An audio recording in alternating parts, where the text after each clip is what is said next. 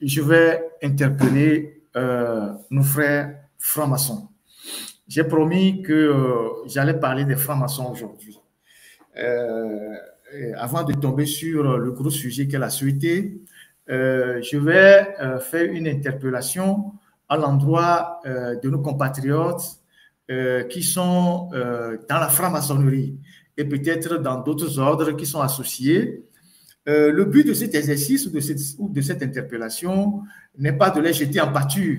Le but de cette interpellation n'est pas de leur faire un procès ou de dire que voilà, non, les gens, ils sont libres de choisir la croyance qui leur convient, l'endroit où ils veulent aller faire des réflexions philosophiques, ils sont libres d'adhérer à l'organisation qui leur convient. Ils sont libres de choisir, de faire le choix de leur croyance. Si tu veux si tu choisis d'honorer les ancêtres, si tu choisis d'être chrétien, si tu choisis d'être musulman, si tu choisis d'être bouddhiste, moi je respecte le choix de chacun. Mais j'ai un problème lorsque des groupes organisés, qu'elles soient religieuses ou philosophiques, commence pas à devenir un problème pour le pays ou un problème pour le vivre ensemble. Je précise ma pensée. Je dis, l'exercice que je suis en train de faire là, je ne veux pas jeter une quelconque organisation, une obédience philosophique ou religieuse en pâture. Ce n'est pas le but de l'exercice. Je ne veux pas non plus draper, je sais pas, les oripeaux de l'inquisiteur, qui est en train de condamner les gens. Mais je veux poser je veux sortir des questionnements. Je veux interpeller les gens.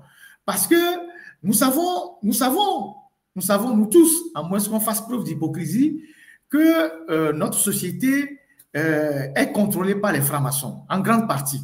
Ce qu'on appelle les francs-maçons. Je n'ai pas envie de rentrer dans les détails, mais nous savons tous que la franc-maçonnerie a beaucoup progressé dans nos pays en Afrique et a beaucoup enrôlé les gens dans cette organisation. Les jeunes, les étudiants, les banquiers, les journalistes, les magistrats, les avocats, les religieux. Il n'y a pas un seul maillon de la société où vous ne retrouvez pas ces gens-là. Ils sont partout. Et ils sont partout et nulle part.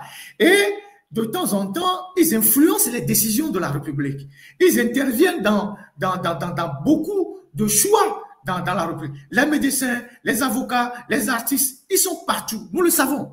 Et depuis quelques années, une dizaine d'années maintenant, j'ai constaté qu'ils font même du prosélytisme. C'est-à-dire, ils font comme les témoins de Jéhovah. Ils essayent de se promener, de demander, d'essayer d'attirer les gens, d'aller recruter les gens. Ils font du prosélytisme. Et donc, ils sont partout. Mais ce qui est aujourd'hui préoccupant, c'est leur attitude vis-à-vis de ce qui se passe dans notre pays. C'est l'objectif de mon interpellation.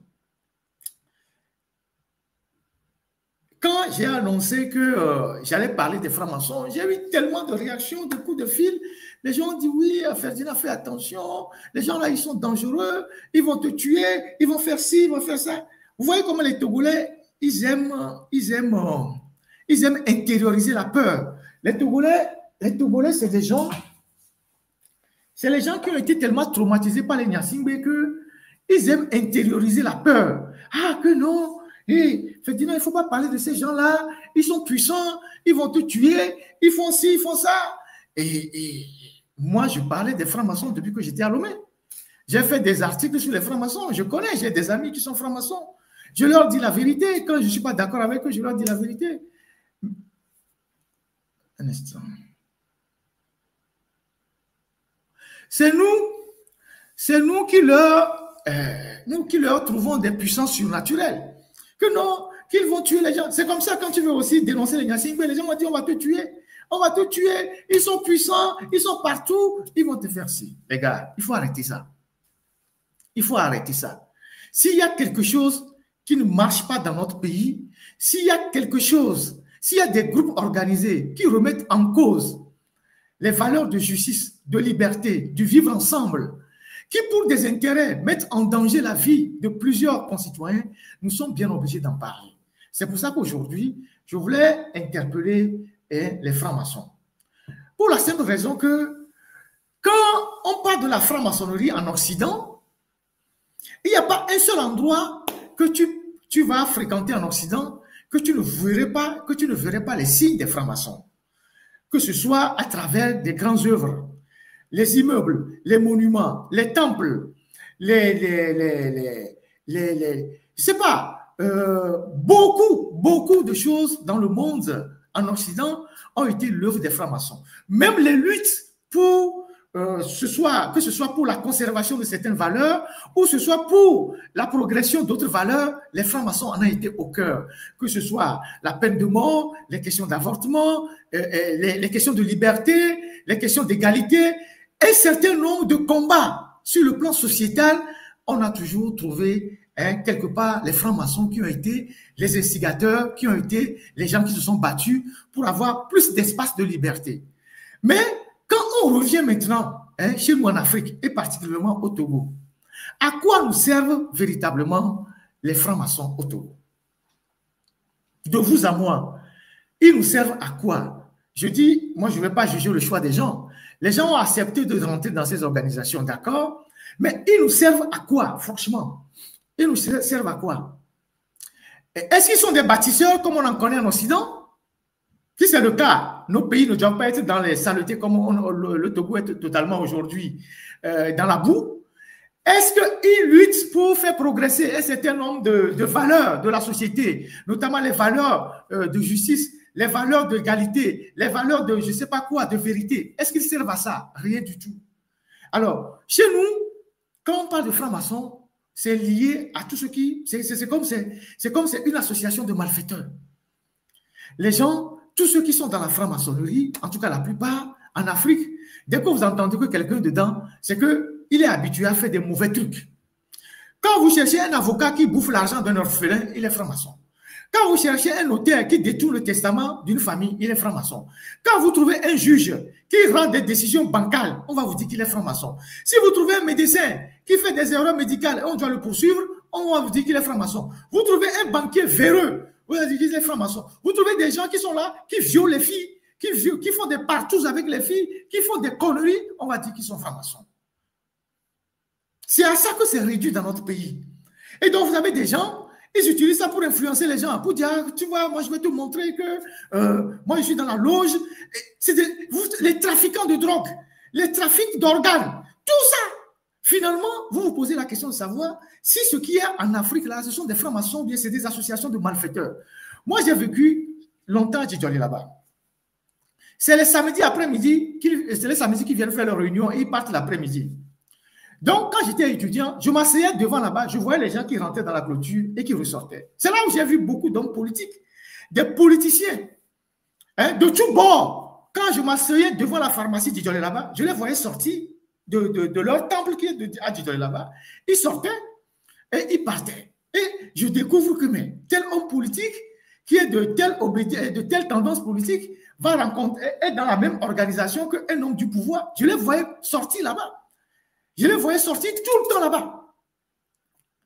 Et tous ceux qui sont des voleurs, qui ont détourné la fortune publique, les gens qui sont tribalistes, fondamentalement tribalistes, je ne sais pas si leur comportement a une quelconque conformité avec la franc-maçonnerie. Des tribalistes, de véritables communautaristes, vous les trouvez dans les réunions à Djidjoli là-bas. Des détourneurs de fonds publics. Des gens qui détournent l'argent des veuves et des je sais pas comment ça, et des orphelins. Vous les trouvez dans ce genre de choses. Donc, la question que je voudrais vous poser, vous qui avez choisi d'être franc-maçon au Togo, est-ce que l'État du Togo aujourd'hui, là, vous êtes content? Vos frères ailleurs, ils se battent pour développer leur pays. Au Bénin, par exemple, en 90, en marge de la conférence nationale, les francs-maçons, sans être visibles, ont joué un rôle dans l'ombre pour que le pays ne bascule pas. Au Togo, vous faites quoi Pourquoi véritablement? Aujourd'hui que nous nous posons des questions sur ce qu'est devenu notre pays, où est-ce que notre pays va? Parce que dans toutes les structures du pays, on vous retrouve. Dans toutes les structures du pays aujourd'hui, on vous retrouve. Vous allez à la justice. Si vous n'avez pas un ami qui est franc-maçon, vous avez beau avoir raison, on viendra voir un juge qui va vous noyer. Vous allez en médecine.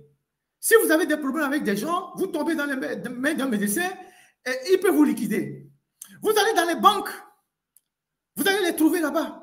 Vous allez dans les assurances, vous les trouvez là-bas. Les gens qui ont des gros marchés au Togo et qui font mal les travaux, que ce soit les travaux de route, les constructions des hôpitaux, des centres de santé, vous allez voir qu'il y a un frère quelque part qui les protège. Et vous avez les militaires aussi.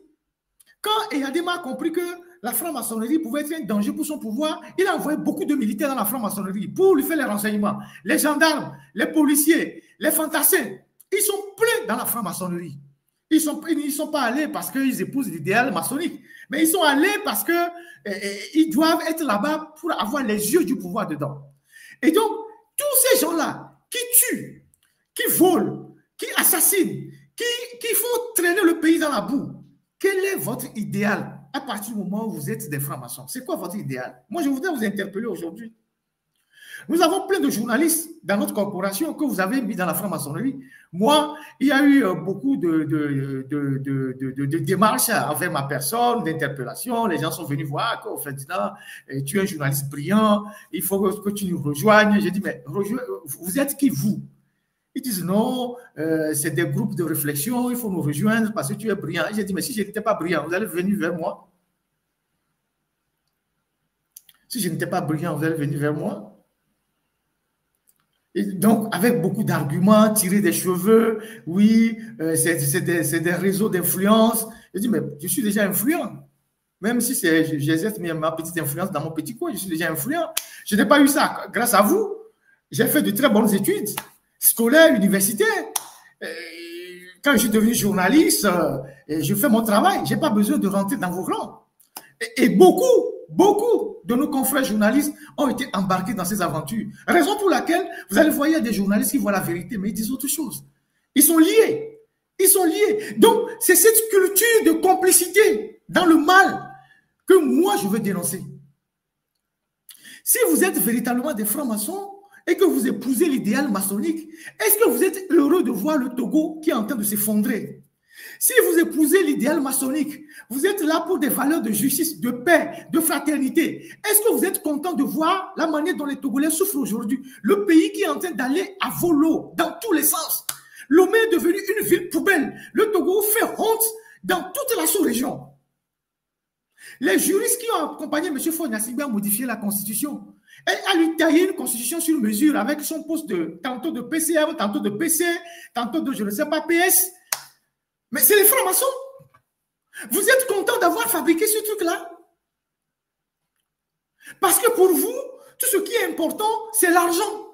C'est les grosses voitures. C'est les femmes.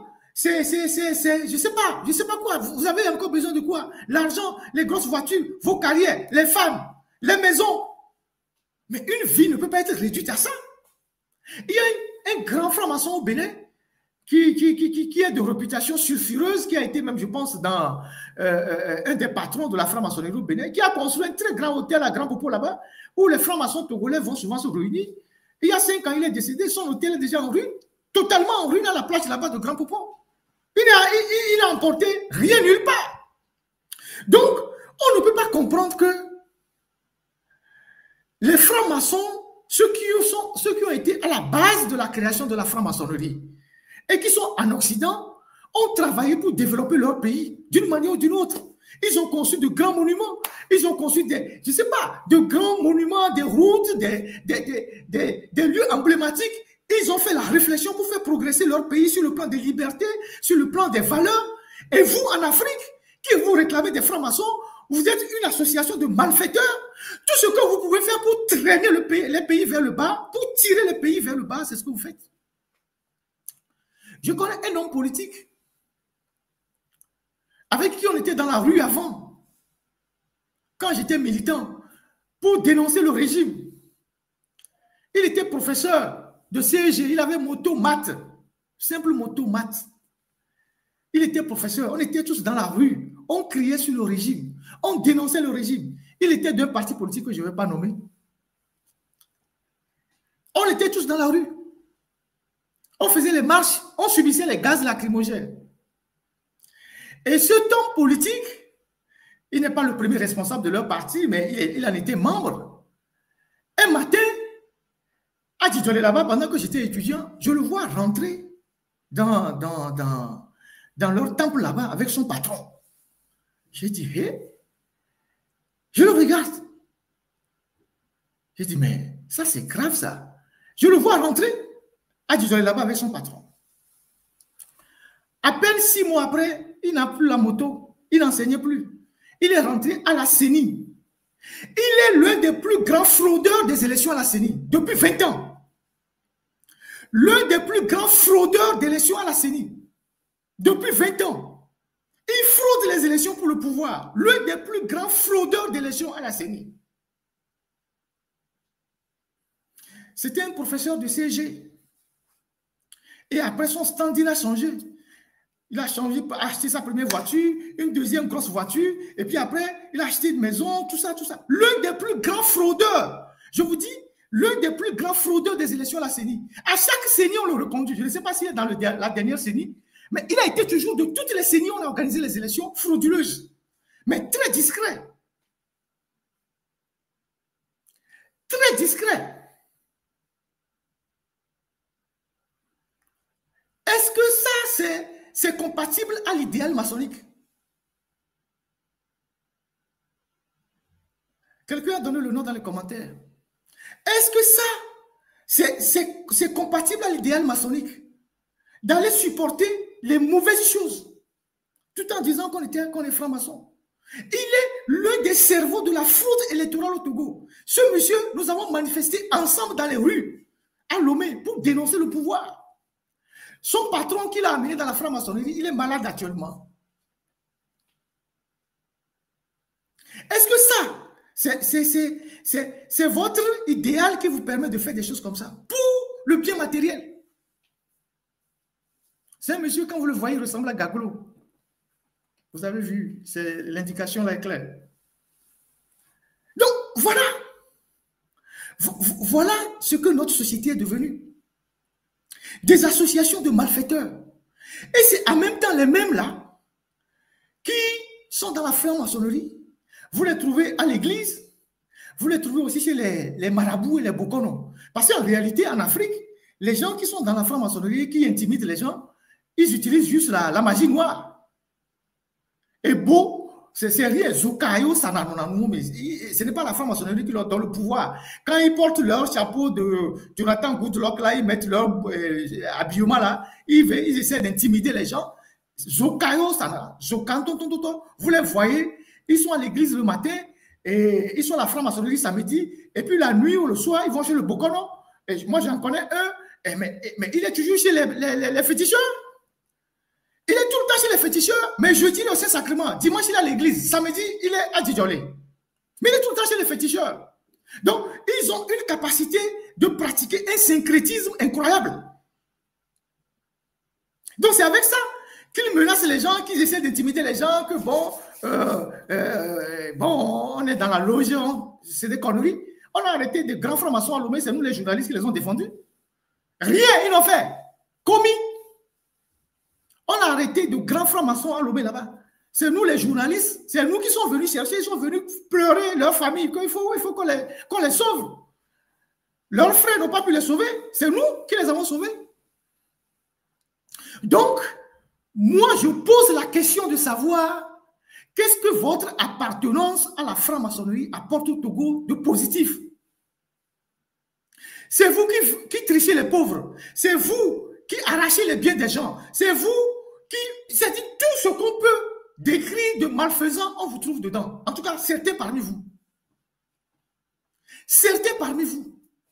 Et vous avez enrôlé les jeunes, les petits, on leur a promis des trucs, vous amenez tous ces gens là-dedans. Qu'est-ce que vous apportez de plus à la République? Regardez Lomé, regardez les rues de Lomé. Vous avez vos ateliers qui sont partout à Lomé là-bas, dans les quartiers. Vous avez vos ateliers. Une fois, j'ai publié la carte tous les endroits où les francs-maçons sont réunis au Togo. J'ai publié la carte. Il y a quoi? Il y a 10 ans ou 15 ans dans mon journal. Vous avez des coins à Togoville, vous avez des coins à Ketao, vous avez des trucs à Awendjolo. Vous connaissez Awendjolo, à l'entrée de Kara là-bas. Il y a une loge là-bas, il y a un temple là-bas. Vous avez des trucs un peu cachés à Palimé. Il y a des petits trucs, des ateliers. Eux, ils sont partout. Mais vous apportez quoi de plus à la République? Regardez l'état du pays. Regardez comment les lois sont violées dans le pays. Regardez comment les Togolais souffrent. Regardez comment il n'y a pas de route, il n'y a pas d'hôpitaux. Les gens ne peuvent même pas se soigner. Vous êtes fiers parce que c'est vous qui influencez les décisions de la République. C'est vous, à travers vos loges, qui influencez les décisions de la République. Il n'y a personne parmi vous pour dire nous sommes des francs-maçons. Les francs-maçons dans l'histoire, beaucoup ont été des bâtisseurs. Pourquoi nous ne bâtissons pas nos pays? Pourquoi nous ne modernisons pas nos pays? Pourquoi nous n'arrangeons pas nos pays? Pourquoi on ne construit pas des hôpitaux? On ne fait pas des routes? On ne construit pas des écoles d'excellence, des lycées d'excellence, des universités technologiques? Pourquoi on ne construit pas des laboratoires? Pour vous, c'est les grosses voitures, les femmes, et puis les chapeaux de cow-boy, je ne sais pas où, vos conneries là. C'est ça le plus important. Et entre-temps, entre vous-même, vous vous bagarrez. Comme vous vous êtes bagarré il n'y a pas très longtemps. C'est tout ce qui vous importe. Pour vous, c'est le matériel. Je connais des avocats qui ont détourné des biens des gens. C'est la franc-maçonnerie qui les protège. C'est leur appartenance à la loge qui les protège. Je connais des avocats qui ont été cités dans le trafic de drogue au Togo. C'est les histoires-là qui les protègent. Ou soit ils sont rentrés dans une île pour se protéger. Je connais des notaires qui ont détourné les biens des familles. Ils sont francs-maçons, ils sont protégés par leurs frères. Je connais des juges qui ont violé des filles, qui ont violé des femmes. Ils sont protégés par leurs frères parce qu'ils sont des francs-maçons. Je connais des gens qui ont pris des prêts, des crédits dans les banques qui refusent de rembourser. Ils sont couverts par leurs frères francs-maçons.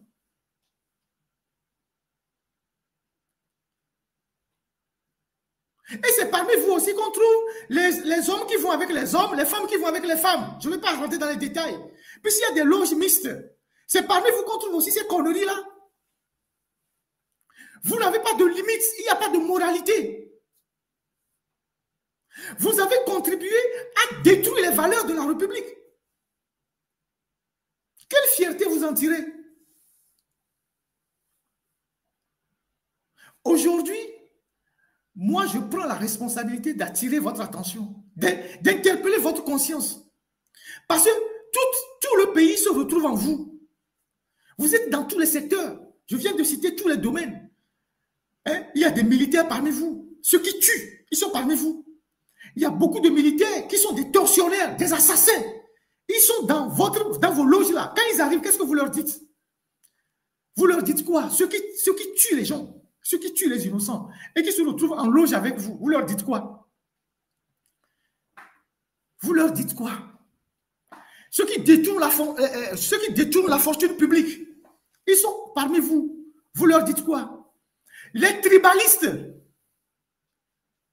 On a eu un ministre de l'administration territoriale qui est un grand franc-maçon, tribaliste impénitent. Tribaliste impénitent. Il est grand maître de la franc-maçonnerie. Il porte quelle valeur? Il porte quel idéal? Il porte quoi?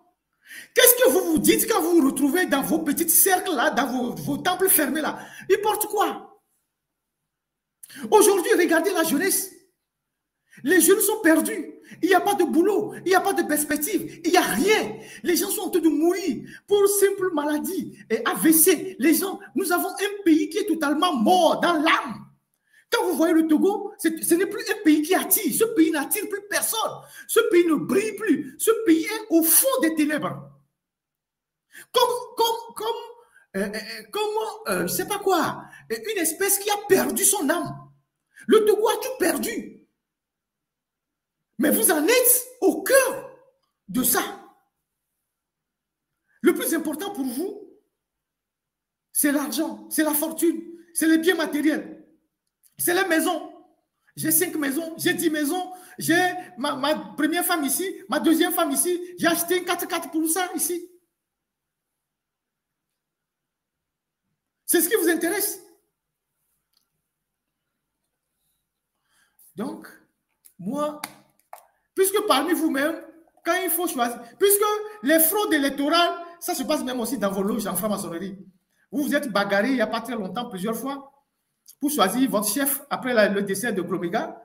Et c'est les bagarres partout, partout, partout. Et on envoie la police pour chasser certains et tout ça. Ça veut dire que vous n'incarnez même pas d'idéal.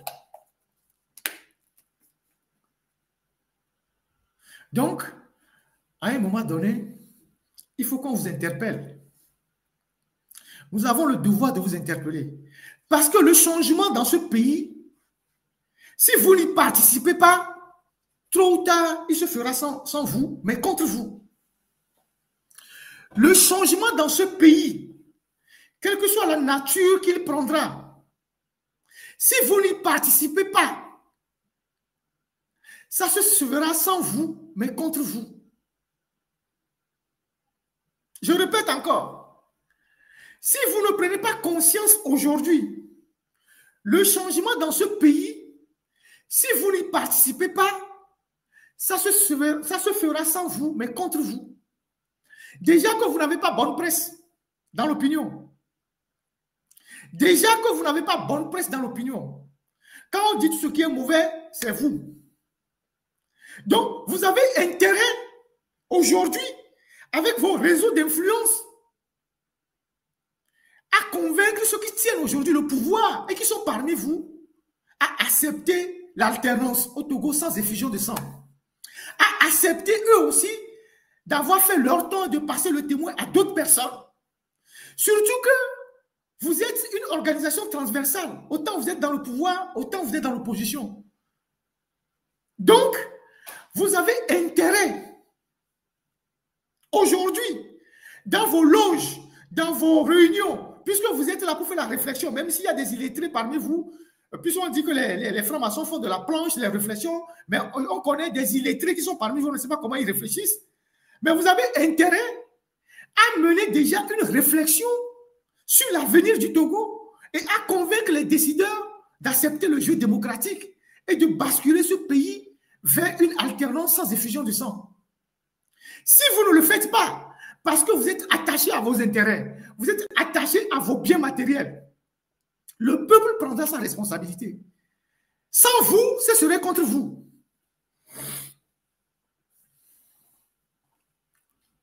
Un illettré peut réfléchir, mais il ne peut pas coucher une planche. Vous savez ce qu'on appelle une planche en franc-maçonnerie? Il ne peut pas écrire. Donc, ce sera sans vous, mais contre vous. Vous avez vu 1889 en France, 1789 en France. Je vais revenir là-dessus tout à l'heure. Vous avez vu comment on a renversé la table? Vous avez vu comment ça s'est passé? On a passé les rois à la guillotine, les princes à la guillotine. Le peuple togolais est à bout. Peut-être que vous êtes dans votre bulle, vous ne le voyez pas, vous ne le sentez pas. Vous ne voyez pas ce qui se passe dans le pays. Vous n'avez aucune idée de la manière dont les gens souffrent. Vous n'avez aucune idée de la manière dont les gens, ils veulent en découdre avec certains individus qui, justement, appartiennent à vos organisations, qui sont soit des officiers de justice, je ne sais pas comment on les appelle, des gens qui ont commis des gaffes inimaginables, qui ont privé les citoyens de leurs droits. Vous n'avez aucune idée de la manière dont les Togolais souffrent aujourd'hui, de la manière dont les Togolais sont à bout. Mais si vous ne faites pas des réflexions dans vos cercles de réflexion pour anticiper, vous allez couler ensemble. C'est un conseil que je vous donne. Vous pouvez dire que oui, lui là, c'est un fou. D'accord, je suis un fou. Mais, je vous dis, vous n'avez aucune idée de ce que les Togolais pensent. Vous n'avez aucune idée. Vous n'avez aucune idée. Moi, je suis un journaliste. Je suis comme l'église au cœur du village. J'écoute beaucoup de gens. Je reçois beaucoup d'informations. Comment les gens se plaignent. Surtout dans le milieu judiciaire. Comment des gens ont détourné les biens des autres. Ils se sont enrichis. Des avocats, des notaires, des huissiers, des magistrats. Si ce n'est pas la manière dont le système tient le pays, là, les gens auraient déjà utilisé les machettes pour vous découper. Vous, certains avocats, vous, certains juges, vous, certains notaires, vous, certains huissiers. Les gens auraient déjà, vous auraient déjà découpé la machette. Mais ce n'est qu'une question de temps. Le jour où il y aura un mouvement d'ensemble là, vos maisons seront plus possibles.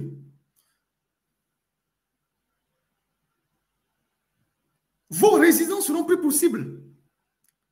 Donc, vous avez intérêt aujourd'hui à ce que ces genres de choses puissent cesser.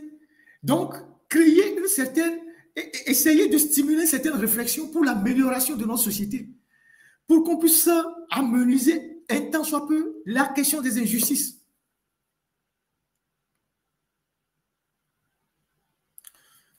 Donc, voilà ce que j'ai voulu partager avec vous sur la question de la franc-maçonnerie. Moi, je ne dis pas à quelqu'un de ne pas aller là-bas.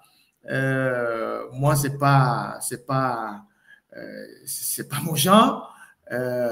Voilà. Donc, ceux qui y vont, ils sont libres d'aller. Ils ont leur propre libre arbitre. Ils font le choix de leur vie. Mais à partir du moment où ces groupes d'intérêt et groupes d'influence remettent en cause le vivre ensemble, notre vivre ensemble, la destinée de notre pays, nous sommes bien obligés de parler de vous. On s'en fout de qui vous êtes. Si vous êtes puissant, on connaît des gens parmi vous. Si vous êtes puissant, vous ne serez pas des gens qu'on arrête parfois et que c'est les petits journalistes qui viennent vous défendre. Donc, arrêtez d'intimider les gens parce que vous êtes dans une organisation ou une obédience ou je ne sais pas quoi, comment vous les appelez là. Arrêtez d'intimider les gens. Arrêtez d'intimider les gens. De dire, ah ouais, mais là, je me toile, oh, non, la fille, on a dit, oh là, oh. Bon, c'est une Fodji, ni nous. Amo le logi, mais au léo, on ne peut pas tomber job. Amérique peut pas pas. Journaliste ou pas, on a rien. Amérique le logi, mais Zoka, il en a aussi, mon logi, il en a un Sénégal, Zoka. Ah, mais Bobé, beau, barabara, on a aussi, alors, mais on y a 7 ans. C'est ça, c'est ce qu'ils ont. C'est avec ça qu'ils intimident les gens. Dans tout temps, on voit son là, mais alors, sacrifice, avec vieux, on voit son de promotion. Et nous, on est, nous savons que comme les voici, c'est des histoires. Si moi que vous voyez là, demain, je crée un petit groupe. Je décide comme ça, demain, je crée un petit groupe. Hein, on dit, bon, les gars, on va créer un groupe là. Chaque matin là, on s'habille en manteau. Ou bien on s'habille en veste noire. Et puis on met une écharpe. On va aller dans un village, les gens vont commencer à avoir peur. Alors qu'il n'y a rien derrière. C'est nous-mêmes qui avons créé un groupe juste pour nous amuser, quoi. Vous voyez?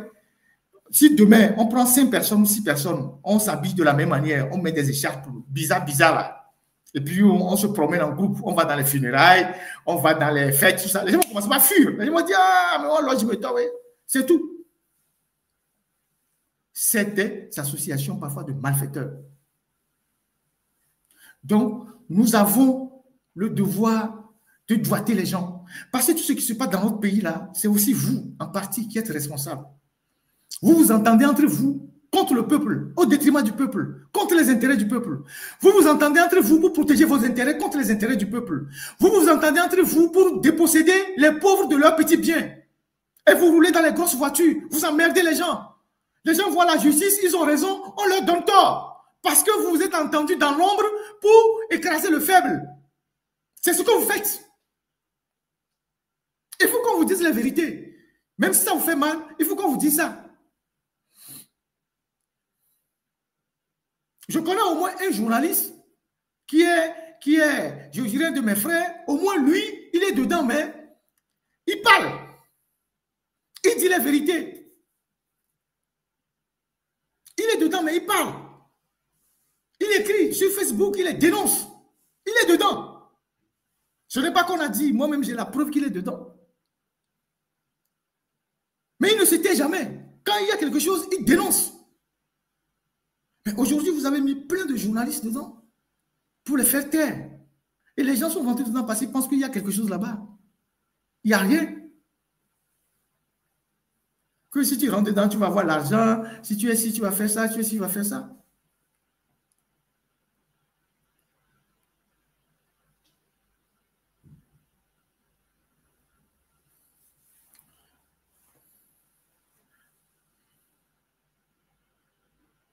Donc, voilà ce que j'ai voulu parler avec vous, cette histoire de la franc-maçonnerie. C'est une interpellation. Parfois, quand vous interpellez les gens, vous êtes bien obligé d'être dur pour que les gens se réveillent, pour que les gens se réveillent un peu. Allez un peu à l'hôpital, allez dans les centres de santé, regardez comment les gens souffrent. Regardez comment les gens souffrent. Hein? Regardez comment les gens souffrent. Regardez comment les gens souffrent. Regardez Lomé. Il pleut. Vous allez voir les rues de Lomé.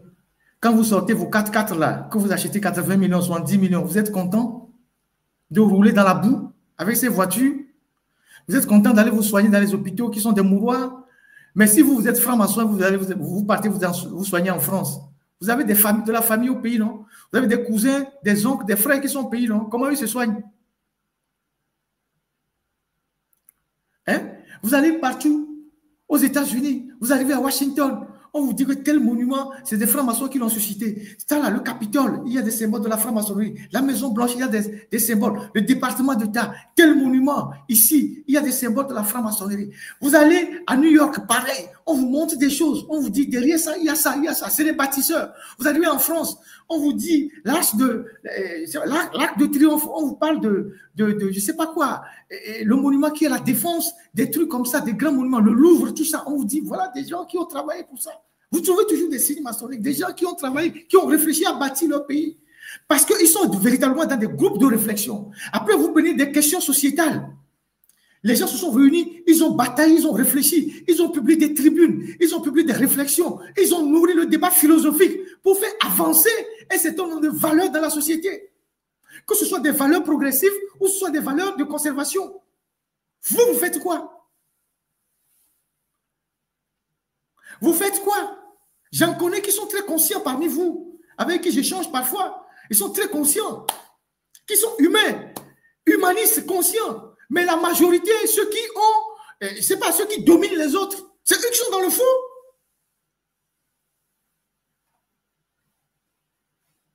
Changez avant qu'il ne soit trop tard. Parce que la douleur que le peuple togolais ressent, quand elle va déborder, vous ne pourrez pas la contrôler. Pour le moment, vous avez l'illusion de contrôler quelque chose. Vous ne contrôlez rien. Vous avez l'illusion de contrôler des choses. Vous ne contrôlez rien. Quand ça va déborder là, vous allez voir. Allez, j'ai terminé avec vous. Si j'ai eu des propos qui sont assez durs, veuillez m'en excuser, mais on ne peut pas faire les omelettes sans casser les œufs. Je suis bien obligé de dire les choses tellement crues pour que vous compreniez que là où les peuples togolais arrivaient, on arrivait à un point d'inflexion. Vous savez ce qu'on appelle un point d'inflexion? On est arrivé à un point d'inflexion. Les gens n'en peuvent plus. On est arrivé à un point d'inflexion. Les gens n'en peuvent plus. Vous avez la responsabilité de lancer le débat sur l'avenir du Togo dans vos loges. Puisque vous êtes influent et utilisez votre réseau d'influence pour convaincre les gens, ceux qui sont ceux qui sont dans la sphère politique, de trouver un moyen pour basculer le pays sur une voie stable. Parce que ce qui arrive demain au Togo, là, ce ne serait pas bon. Hein? Si quelqu'un vous dit que ce serait bon, la personne vous trompe. Hein? Ce qui va arriver au Togo, là, ce ne serait pas bon. Il faut avoir le courage de le dire. La manière dont ça va finir au Togo, là, ce ne serait pas bon.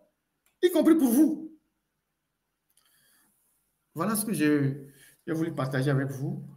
Et maintenant, on va parler un peu de la sûreté.